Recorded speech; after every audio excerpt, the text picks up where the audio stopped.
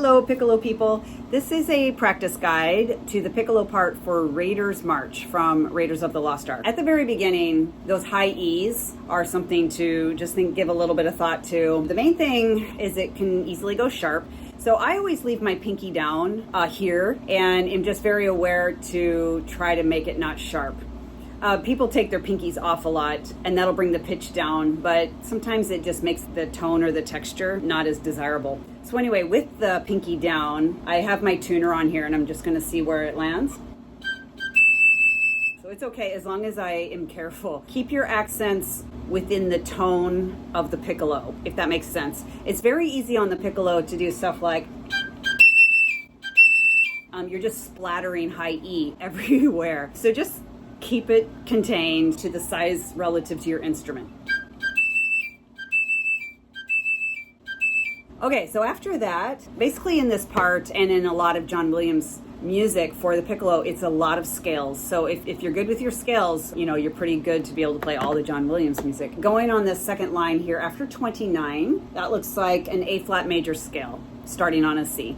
So if you know A flat major, 4 flats, start on C, end on high G. That's basically what you're thinking. You don't want to read all those notes in there. So A flat major scale.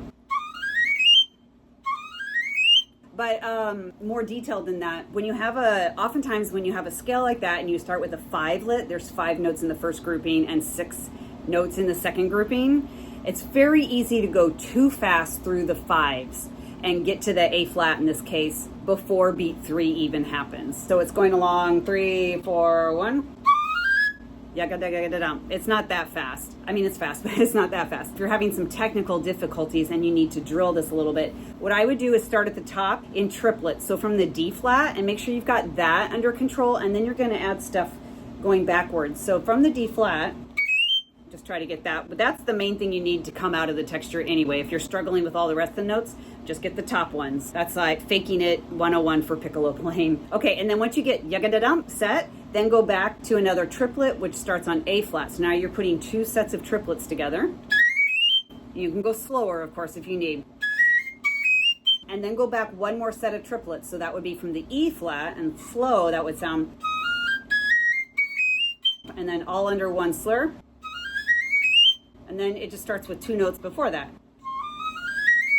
So that's a way you could practice it if you're struggling a little bit with the technique. Okay, and then know that the next scale at 38, it's the same thing. Knowing that is really important, knowing what the pattern is. So you played the first scale, same scale again. It doesn't seem like much, but that's very helpful to kind of have in your mind as you're playing it down. The next series of scales is in 5-lit, so it's very easy to go too fast through these and play a lot of bonus notes as you're going. So I would think of this in groupings of 2 plus 3, and I'm just going to re-tongue so you know where those groupings are, or you could even practice it like this, but going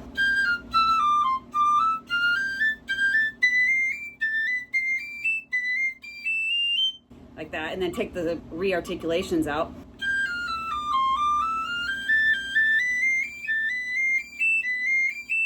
Is a good way to practice it. Other than that, when you're playing it with the orchestra, because it's just a flurry.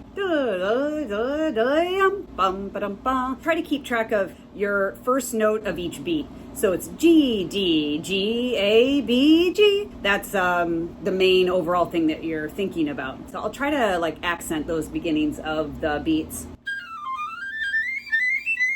I wouldn't play it like that, but I was just trying to bring out, like mentally you're gonna think that. G, D, G, A, B, G, and C major scale. And then you finally get to join in with the tune. So that should all be fine. When you get down to the next line, 48 or so, this goes by pretty quick. So like any scale thing here that I think I've mentioned already, try not to go through the first few notes of your 7-lit in this case too fast. It's very easy for us to reach the top before the rest of the orchestra, and then you're out of notes. And always look for patterns. Like in this 7-lit, I personally would think of it, the first 4 notes as one grouping, and then a 3. So the first 4 notes, it's easy in the fingers. I'm going from G to the C, and then the last, like that. I guess that's another 4, but I think of it as a triplet plus downbeat. So gluing those together.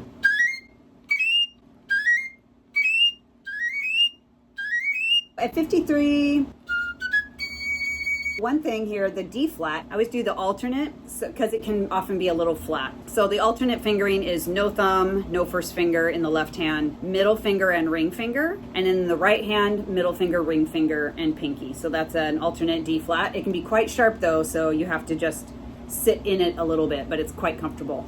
And then as for the G flat, try not to overblow. Don't worry about playing fortissimo, the dynamic. It's all about your embouchure closing up enough without getting tight, and the angle of the air, and really the speed of the airstream for piccolo playing when you're sustaining a unstable note like G flat. At 61 can be quite dry and short.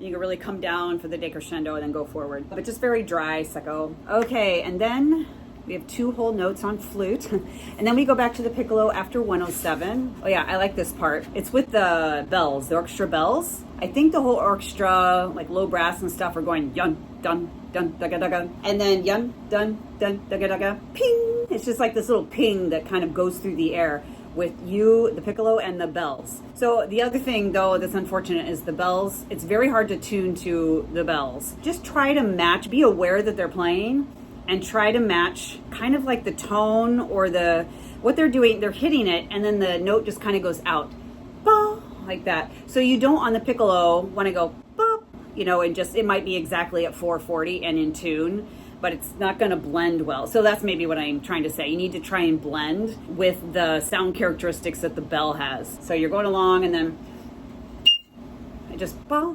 It's a lot easier in real person to hear that. And then the high B flat, it's optional 8BA, but it's really good if you can do the high one. It sounds great with the bells. And so you're going along.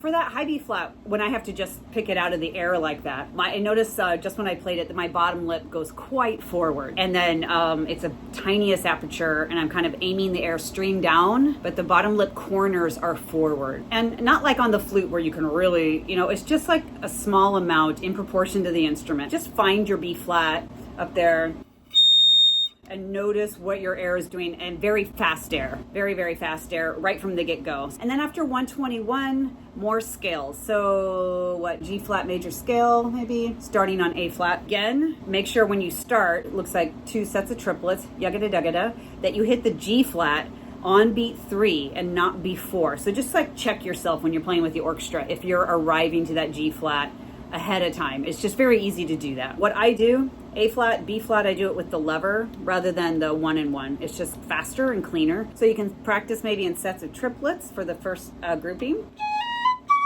And then this you could do, I don't know, 4 plus 3. And then again, like before at the beginning, at 124, it's the same scale again. So if you missed anything first time round, you have one more go at it, is how I would look at it. Okay, and then 131, F major scale, starting on B flat. Sometimes I will write F major, G flat major, chromatic, you know, stuff like that. So you don't want to have to be reading all this stuff, like note for note. 131, starting on B flat, sets of triplets. The next thing, again, another pattern at 136. For this scale, I have my thumb back and the one at right after 131, but thumb on the B flat side going up. So D flat, so I would do 4 plus 3. Towards the end, 149. I think you're with the bells and probably the flutes. And it's just very dry, very short.